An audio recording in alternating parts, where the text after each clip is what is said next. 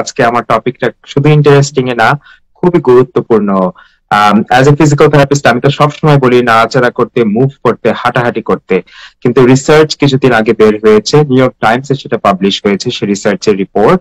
এবং সে অনুযায়ী দেখা যাচ্ছে যে যারা হাঁটে নিয়মিত 6 মাস, যারা নিয়মিত হেঁটেছে, তাদের ব্রেইনের যে হোয়াইট ম্যাটার, যে সাদা অংশটুকু ভিতরের, যেটা দিয়ে আমাদের ব্রেইনের নার্ভ গুলো কানেকশন হয়, সেগুলোতে ইমপ্রুভমেন্ট দেখা গিয়েছে। এবং তাদের মেমোরি বা তাদের যে স্মৃতি, সেটাতে ইমপ্রুভমেন্ট দেখা দিয়েছে।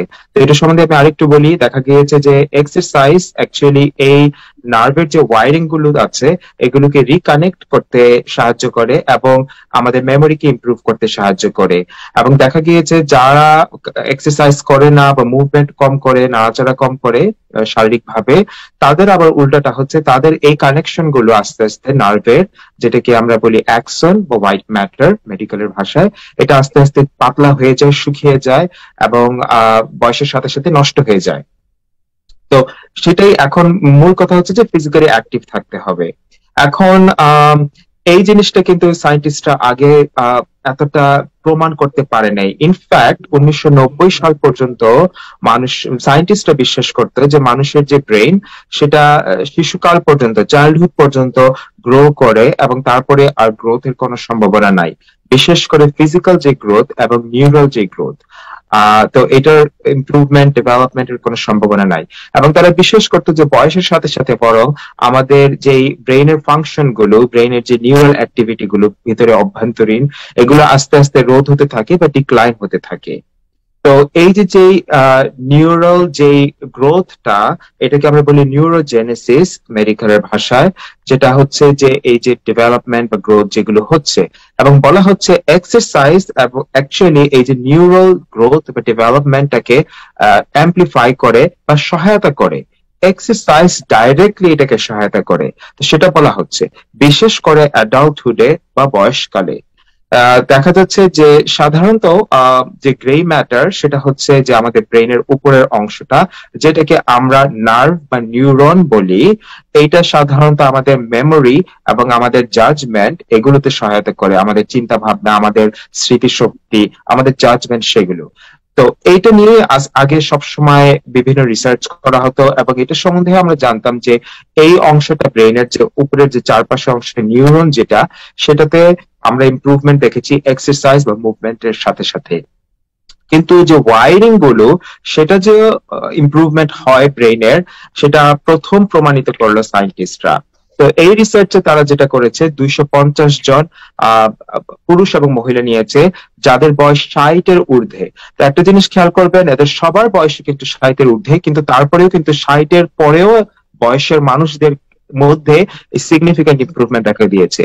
আরেকটা হচ্ছে যে এদের সবাই, 250 জনের সবাই যারা রিসার্চে ছিল, এরা 6 মাস পর্যন্ত এই রিসার্চে পার্টিসিপেট করেছে। তাদেরকে বিভিন্ন গ্রুপে ভাগ করা হয়েছে। প্রথম গ্রুপটা, তারা শুধু স্ট্রেচিং এবং ব্যালেন্স এক্সারসাইজ করেছে 6 মাস, সপ্তাহে 3 দিন করে। দ্বিতীয় গ্রুপটা, তারা শুধু হাঁটাহাঁটি করেছে, গ্রুপ হাঁটাহাঁটি বা গ্রুপ ওয়াকিং, ব্রিস্কলি, মানে একটু তারা তারা করে হাঁটা, যখন আমাদের একটু কপাল থেকে মাথা থেকে ঘাম ঝরে, 40 মিনিট করে সপ্তাহে 3 দিন। আর 3 নম্বর গ্রুপটা হচ্ছে, তারা ড্যান্সিং করেছে সপ্তাহে 3 দিন। আর আরেকটা গ্রুপ, তারা কিছুই করে নাই। তো 6 মাস পরে দেখা গিয়েছে যারা ড্যান্সিং এবং হাঁটাচলা করেছে, তারা ফিজিক্যালি, অ্যারোবিক্যালি সবচেয়ে বেশি ফিট ছিল এবং তাদের যেই হোয়াইট ম্যাটার বা যেই কানেকশন গুলো নিউরনে, সেগুলো রিনিউ হয়েছে বা নতুন করে আবার জাগ্রত হয়েছে। তো এবং তাদের কিছু কিছু নার্ভ ফাইবার ব্রেইনে স্ক্যান করে দেখা গিয়েছে আগের থেকে বেশি গ্রো করেছে বা বড় দেখা যাচ্ছে, লার্জার দেখা যাচ্ছে। এখন যারা বিশেষ করে এই গ্রুপে হেঁটেছে, ওই যে হাঁটার যে গ্রুপটা, তারা কিন্তু সপ্তাহে মাত্র 3 দিন হাঁটতো, 40 মিনিট করে ব্রিস্কলি বা একটু তাড়াতাড়ি করে। তারা সবচেয়ে বেশি ইমপ্রুভমেন্ট হয়েছে তাদের মেমোরিতে। তো তাহলে দেখা যাচ্ছে যে মুভমেন্টের সাথে সাথে তাদের ব্রেইন ফাংশন, ব্রেইনের নার্ভ কানেকশন এবং মেমোরি ইমপ্রুভ হচ্ছে।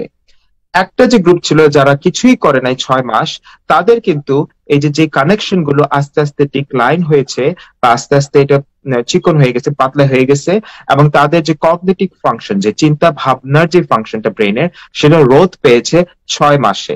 তাহলে বোঝা গেল ক্লিয়ারলি এই রিসার্চের মাধ্যমে যে হাঁটাচলা করলে শুধু হাঁটা চলাই বা করেন আপনারা, অন্য কোনো কিছু না করলেও সপ্তাহে শুধু 3 দিন 40 মিনিট করে, তাতেও কিন্তু আপনার ব্রেইনের ফাংশন এবং আপনার শারীরিক ফাংশন কিন্তু ইমপ্রুভমেন্ট হচ্ছে।